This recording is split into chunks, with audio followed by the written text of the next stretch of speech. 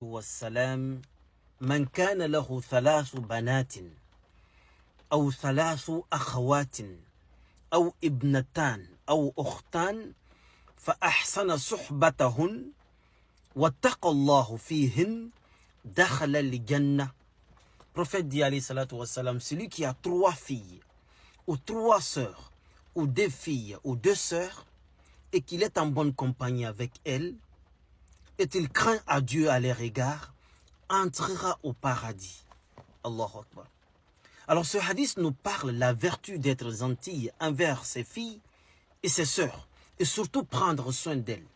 Parce qu'une fille que l'on élève pour obéir à Dieu et lui enseigne le Coran et l'obéissance à son mari sans la désobéissance à Dieu et toutes les valeurs de la vie, cela peut être une raison pour votre entrée au paradis et un bouclier contre l'enfer.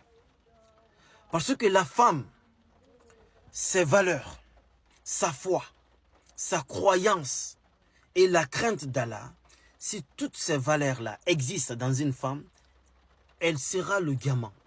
Le diamant que chaque homme qui craint à Dieu cherche à avoir comme une épouse. Alors, pourquoi cherchons-nous ailleurs le paradis?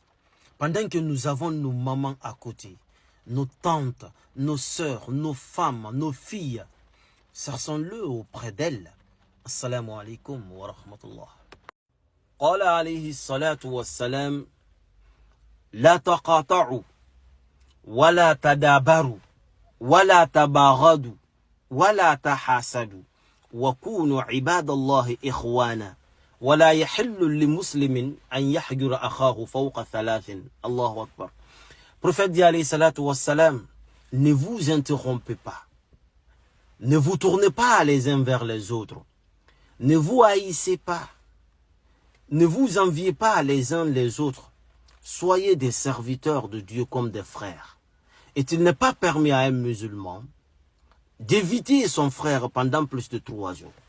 Alors ce hadith nous parle de la réconciliation et l'interdiction de se tourner le dos à son frère musulman. Et les principaux problèmes de nos jours auxquels les musulmans sont confrontés sont les disputes qui les poussent à se haïr les uns les autres. Et le Satan aime que l'être humain soit seul afin de mieux l'influencer et de le conduire à la transgression. Alors celui qui préserve les liens de parenté a beaucoup plus de mérite que celui qui gêne ou celui qui fait l'aumône. Nul ne doute que le Ramadan est une occasion excellente pour se réconcilier. Réconciliez-vous avec votre entourage. Pourquoi tu ne le pardonnes pas? Nous commettons des péchés nuit et jour. Allah nous pardonne. Pourquoi nous ne pardonnons pas entre nous? Pardonnez parce que vous ne pouvez pas négocier quand l'ange de la mort va vous rendre visite. En ce moment-là, il sera trop tard pour se réconcilier. Assalamu alaikum wa rahmatullahi wa barakatuh. قال تعالى إن الذين يرمون المحصنات الغافلات المؤمنات لعنوا في الدنيا والآخرة ولهم عذاب عظيم صدق الله العظيم. Allah dit subhanahu wa ta'ala, ceux qui lancent des accusations contre des femmes vertueuses, chastes, insouciantes et croyantes, celles qui ne pensent même pas à commettre la turpitude, ceux qui font cela sont maudits ici-bas comme dans l'au-delà et ils auront un énorme châtiment. Allahu Akbar. Alors on comprend dans ce verset le fait de nuire une femme et s'attaquer à son honneur en l'accusant à tort sans preuve est un péché majeur. Et en l'islam, l'honneur des femmes et leur réputation sont considérés comme sacrés. Alors, accuser ou insulter une femme en essayant de la rabaisser est un péché, est un grand péché. Surtout une femme croyante. Alors, il incombe aux musulmans de contrôler et purifier sa langue de cela et respecter l'honneur des gens. et qu'il ne patauge pas dans cela. Ce n'est pas un comportement d'un bon musulman. Assalamu alaikum wa rahmatun minallahi wa barakatuh.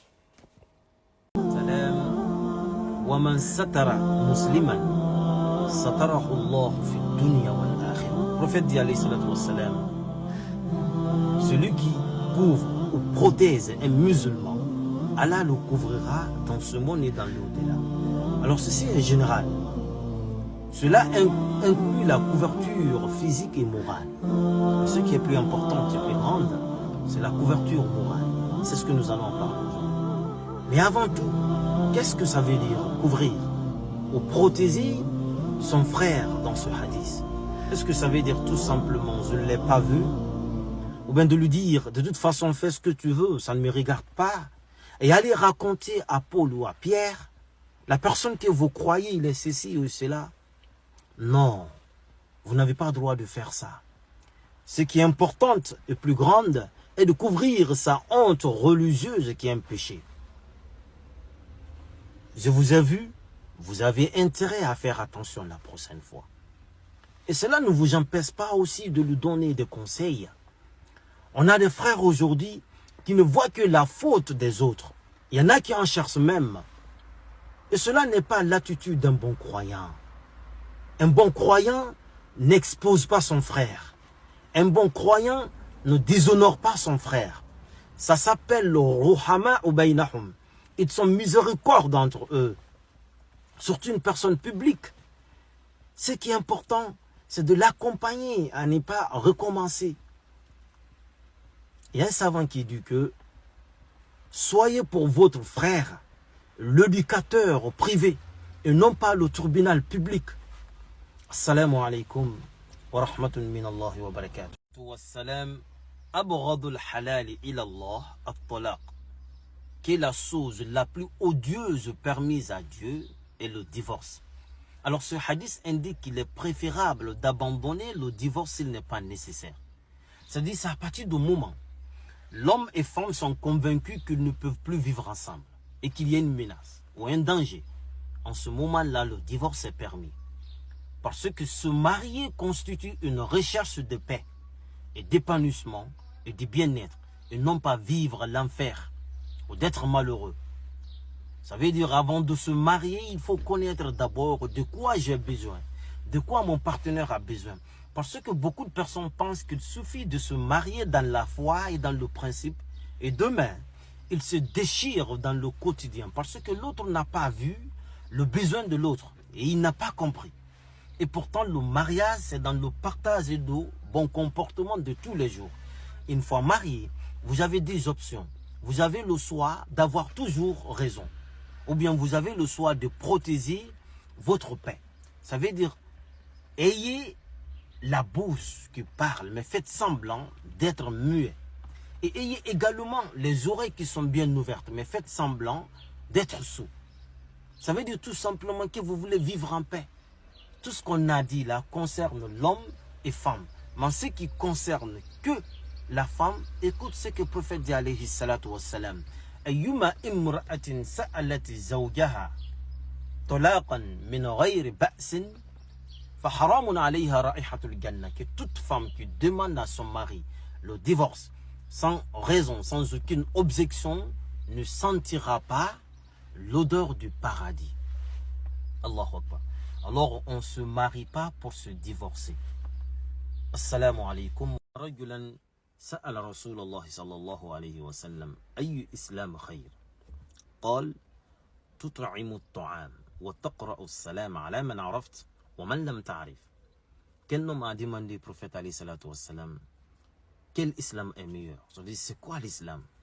Il dit donnez le manger aux gens et saluez à ceux que vous connaissez et à ceux que vous ne connaissez pas. Alors, on voit la réponse dans ce hadith est très courte, mais ça résume l'islam. Ça répond à ceux qui pensent que l'islam c'est de lapider les femmes, tuer les non-musulmans ou bien commettre des actes barbares dans la société. L'islam est loin de cela. Ça c'est un autre objectif ça. Parce que maqasid al-shar'iyya, c'est-à-dire les finalités, les 5 objectifs de la charia ne visent pas cela. Écoutez les 5 objectifs de la charia. C'est la préservation de la religion, préserver l'âme, préserver la progéniture, préserver l'argent et préserver l'esprit, enfin. Alors, c'est quoi l'islam, enfant? L'islam, c'est le meilleur d'entre vous. L'islam, c'est le meilleur envers sa femme. L'islam, c'est honorer les parents, les enfants, les femmes, les personnes âgées. L'islam, même en étant en combat, a ses règles. L'islam, pendant le combat, on ne tue pas les femmes, on ne tue pas les enfants, les personnes âgées, les malades. L'islam, c'est une obligation d'être généreux envers les gens. En l'islam, même égorger ou bien immouler un animal devant un autre animal est interdit. C'est la bonté, l'islam. Man tawadu'a lillahi takhashu'an rafa'ahu Allahu yawm al-qiyamah. Wa man tatawala ta'azzuman wada'ahu Allahu yawm al-qiyamah. Prophète dit alayhi salatu wassalam, quiconque fait preuve d'humilité par sa soumission à Dieu, Allah l'honorera le jour du jugement. Et quiconque se vante de son arrogance, Allah l'humiliera le jour du jugement. Alors l'islam désire et encourage l'humilité. Et quiconque est humble, Allah le récompensera pour son humilité par l'exaltation. Alors il est important d'éviter l'arrogance. Parce qu'Allah subhanahu wa ta'ala a commandé notre prophète alayhi salatu wassalam dans Surat Luqman, verset 18, en lui disant وَلَا تُصَعِّرْ خَدَّكَ لِلنَّاسِ وَلَا تَمْشِ فِي الْأَرْضِ مَرَحًا إِنَّ اللَّهَ لَا يُحِبُّ كُلَّ مُخْتَالٍ فَخُورٍ. Il dit, ne détourne pas ton visage des gens et ne marche pas sur terre avec l'arrogance. Certes, Allah n'aime pas tous ceux qui ont des manières présomptueuses et qui se vantent beaucoup. Alors, quelle que soit ta position sur terre ou dans la société, ta relation avec autrui doit être fraternelle. Ça veut dire tout simplement que tu dois traiter les gens avec affection, compassion et humilité. L'humilité, c'est de se rendre compte que nous sommes des êtres humains. L'humilité, c'est de faire preuve de modestie et non d'arrogance et d'orgueil. Parce que si tu es arrogant, sache que tu ne pourras faire bouger la terre et tu ne pourras atteindre la taille des montagnes et tu auras une place au cimetière. Assalamu alaikum. Assalamu alaikum. وعن رسول الله صلى الله عليه وسلم أنه قال إنكم لا تسعون الناس بأموالكم فليسأهم منكم بسط الوجه وحسن الخلق. Prophète dit alayhi salatu wassalam que vous n'aidez pas les gens avec votre argent, mais qu'ils soient satisfaits de votre gentillesse et de bonnes œuvres. Alors, ce n'est pas l'argent seulement pour aider les gens. Les gens doivent se satisfaire de vous à travers de votre gentillesse, même la fluidité de votre visage, des paroles aimables lors des rencontres, et sadaqa est recommandé dans notre islam. C'est la moindre des choses que tu peux faire, les gens qui sont autour de toi. Assalamu alaikum. Qala ta'ala قل يا عبادي الذين أسرفوا على أنفسهم لا تقنطوا من رحمة الله إن الله يغفر الذنوب جميعا إنه هو الغفور الرحيم. Dieu dit, ô mes serviteurs qui sont allés trop loin dans la désobéissance et ont transgressé contre eux-mêmes, ne désespérez pas de la miséricorde de Dieu à cause de la multitude de vos péchés, car Dieu pardonne tous les péchés de ceux qui s'en repentent et s'en détournent. En effet, il est le pardonneur, le tout miséricordieux.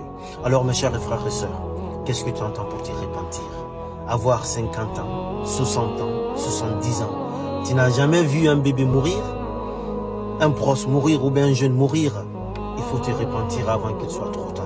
Parce que la mort ne t'attendra pas, mon frère. Assalamu alaikum.